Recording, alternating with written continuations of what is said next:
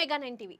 అస్సాంలో ఘోర విషాదం చోటు చేసుకుంది. భారత వైమానిక దళానికి చెందిన AN-32 రవాణా విమానం కుప్పకూలింది. జోర్హాట్లోని రౌరియా వైమానిక స్థావరంలో ఈ రోజు ల్యాండింగ్ చేస్తున్న సమయంలో ఈ పెను ప్రమాదం సంభవించింది. ఈ దుర్ఘటనలో విమానంలో ప్రయాణిస్తున్న 5గురు వైమానిక దళ సిబ్బంది వీరమరణం పొందారు. కో పైలట్ ఒక్కరే ప్రాణాలతో బయటపడగా ఆయనకు తీవ్ర గాయాలవడంతో ప్రస్తుతం ఆసుపత్రిలో చికిత్స అందిస్తున్నారు.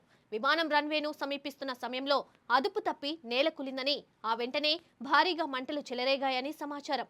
ప్రమాద స్థలం నుండి దట్టమైన నల్లటి పొగలు ఆకాశాన్ని కమ్మేసిన దృశ్యాలు పరిస్థితి తీవ్రతకు అద్దం పడుతున్నాయి. సమాచారం అందిన వెంటనే ఎయిర్ బేస్ లోని అత్యవసర సహాయక బృందాలు, అగ్నిమాపక దళాలు హుటాహుటిన ఘటనా స్థలానికి చేరుకొని సహాయక చర్యలు చేపట్టాయి. ఈ ప్రమాదం భారత వైమానిక దళంలో తీవ్ర విషాదాన్ని నింపింది. అసలు ల్యాండింగ్ సమయంలో ఏం జరిగింది? సాంకేతిక లోపమా లేక మరేదైనా కారణమా అనే దానిపై తీవ్ర ఉత్కంఠ నెలకొంది.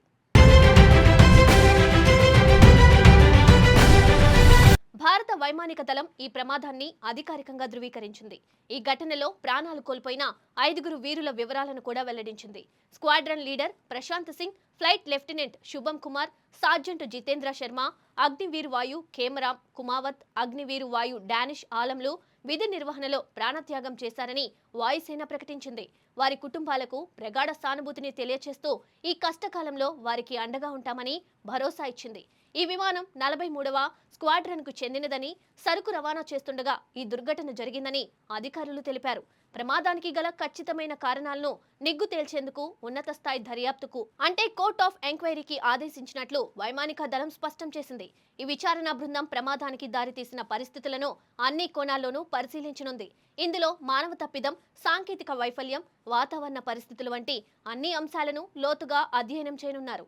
ప్రమాదానికి గురైన AN-32 విమానానికి భారత వైమానిక దళంలో ఒక ప్రత్యేక చరిత్ర ఉంది. సోవియట్ యూనియన్లో తయారైన ఈ జంట ఇంజన్ల టర్బో ప్రాప్ విమానాలను 1980ల నుండి భారత వాయుసేన వినియోగిస్తుంది. వీటిని వైమానిక దళంలో నమ్మిన బంటుగా అభివర్ణిస్తారు. అత్యంత కఠినమైన వాతావరణ పరిస్థితుల్లో వ్యూహాత్మకంగా కీలకమైన హిమాలయాల వంటి ఎత్తైన ప్రదేశాల్లో సైతం సైనికులను, సామాగ్రిని చేరవేయడంలో ఈ విమానాలు దశాబ్దాలుగా కీలక పాత్ర పోషిస్తున్నాయి. సుమారు 7.5 టన్నుల బరువును లేదా 50 మంది సైనికులను ఒకేసారి మోసుకెళ్లగల సామర్థ్యం వీటికి ఉంది. ప్రకృతి విపత్తుల సమయంలో సహాయక చర్యల్లోనూ, మారుమూల ప్రాంతాలకు నిత్యావసరాలు అందించడంలోనూ AN-32 విమానాలదే ప్రధాన పాత్ర. ప్రస్తుతం వైమానిక దళంలో దాదాపు 100కి పైగా AN-32 విమానాలు సేవలందిస్తున్నాయి. అయితే 4 దశాబ్దాలుగా సేవలందిస్తున్న ఈ విమానాలు క్రమంగా పాతబడుతూ ఉండడంతో వాటి స్థానంలో కొత్త విమానాలను సమకూర్చుకోవాల్సిన అవసరం ఏర్పడింది. ఈ ప్రమాదం పాతబడుతున్న విమానాల సదుపాయాల ఆధునీకరణ ఆవశ్యకతను మరోసారి కళ్లకు కట్టింది. AN-32 విమానాలకు సంబంధించి గతంలోనూ పలు ప్రమాదాలు జరిగాయి. ముఖ్యంగా 2019లో అరుణాచల్ ప్రదేశ్లో జరిగిన AN-32 విమాన ప్రమాదంలో అందులో ప్రయాణిస్తున్న 13 మంది సిబ్బంది ప్రాణాలు కోల్పోయిన ఘటన దేశవ్యాప్తంగా తీవ్ర విషాదాన్ని నింపింది.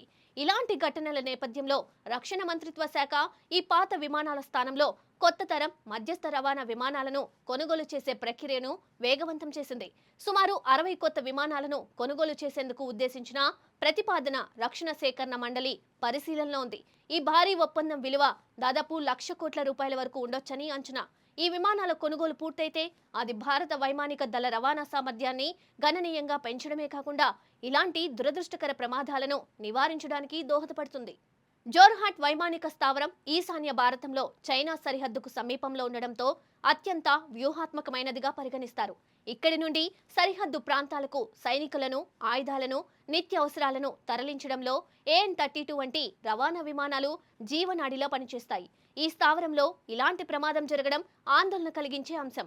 ఇదే జోర్హాట్ ఎయిర్ బేస్ నుండి బయలుదేరిన ఒక సుఖోయ్ 30 యుద్ధ విమానం కూడా ఈ ఏడాది మార్చిలో ప్రమాదానికి గురై 2 పైలట్లు మరణించిన సంగతి తెలిసిందే.